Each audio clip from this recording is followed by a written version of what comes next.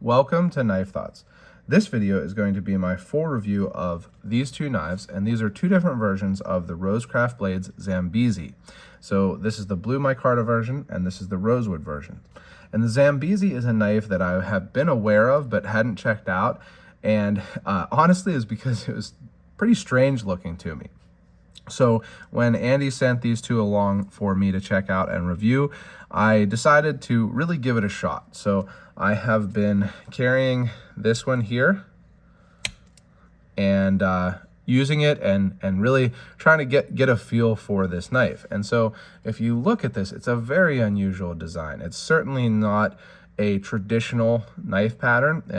You don't see 50-50 finger choils on traditional knife designs usually, but that's one of the things that I do appreciate about RoseCraft blades, is that Andy's willing to kind of make some changes and updates to these old patterns, and this one just is kind of a new pattern, basically. Maybe inspired by some older patterns, but definitely a fresh take, a new idea. And so I decided to really give it a shot. Now, the things that kind of, made it strange to me are, first of all, it's got a strange looking handle. But it is really ergonomic.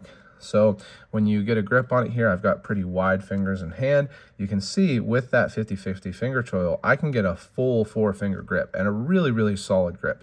And I think that that's one of the main ideas behind this knife, is that you can use this pretty hard, like really put some force into the cuts, maybe use it to scrape, to score something, to mark where you need to cut, things like that, kind of as a real working knife.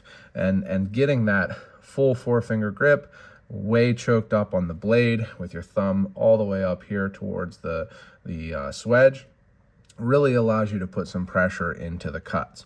So it actually is really ergonomic. And now, I'm not going to say that I think that the handle is the most, aesthetically pleasing handle out there, but it feels really, really good in the hand. And especially being that it's not a super long knife, it is nice to be able to get a full 4-finger grip.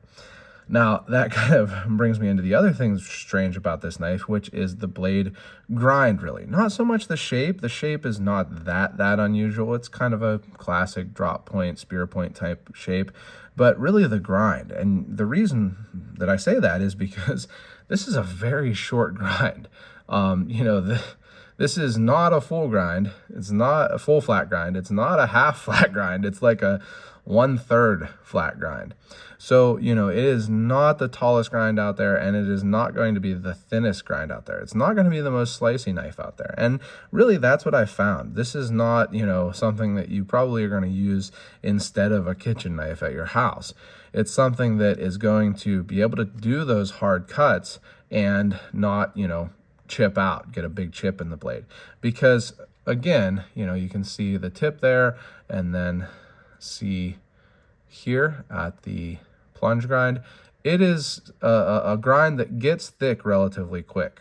So it definitely, I think, intended more like a utility knife and less like a real slicing cardboard type slicing knife. Now, that said, I'm not saying that it can't cut cardboard, can't slice, things like that. I did cut a little bit of cardboard, open some boxes and stuff, and it will do it. I'm just saying that it is certainly not its main, I guess, intention. It's not its main, what it's designed for mainly, I would say, because it just has such a short grind. I mean, really, really short compared to, even if you look at a pretty small traditional knife. Just grab a random small traditional knife. Here is a Gradation Cutlery 22. You can see that the 22, it's a small knife, much shorter blade overall, but the grind is actually taller on the 22. So, you're not getting the thinnest grind out there. But, again, with the idea of putting heavy pressure into cuts, it's going to allow for more durability. Also, the fact that you're holding the blade makes it less likely that it's going to, break at the pivot. So I think that's really the intention here. And then the action also is really strong. The pull is strong on this. And I think that that's, again, so that if you are putting heavy pressure into a cut, it's less likely to just close on you, right? And I like that this is very easy to pinch because it has such a strong pull. I do like a knife to be pinchable in general, but especially a knife that you might be using with gloves on or want to be able to get it out and use it relatively quickly, even being a slip joint. I do like the fact that it is pinchable. And it is pinchable because, as you can see, lots of the blade is exposed. So you can get two, of your fingers on the back of it here, or even two on the front, something like that. So it's very much pinchable, but it is a really strong pull. I will say that this is like an 8 pull, something like that, especially from half stop to open and from open to half stop. It's really strong there. So I think, again, that is kind of like an intended feature as a safety feature, but just be aware that it does have a strong pull. Now, as with other RoseCraft blades, these are made really nicely. You can see that there's no gaps in the back spring. The covers fit really nicely to the bolsters. The shield is fitted really nicely. I think they do a really good job of that. It is centered real nicely, and that's true here for this version. I didn't carry and use this version, but it's true for this one also. You can see nice fitting all around, pretty much the same, maybe slightly lighter on the pull, but definitely a strong pull, but very pinchable. So certainly a weird knife, or an unusual knife, I should say. And actually, I was thinking, what knife could I compare this to? What knife is most similar to this Zambezi? And it's kind of a surprising answer. What I came up with is the Spyderco Ouroboros, because of the similar kind of grip setup that they use. So, you can see you get this grip here like this. You've got a really, really deep choil on the blade there, and then you're kind of sitting in this scallop on the rest of the handle, and that's true for the Ouroboros also.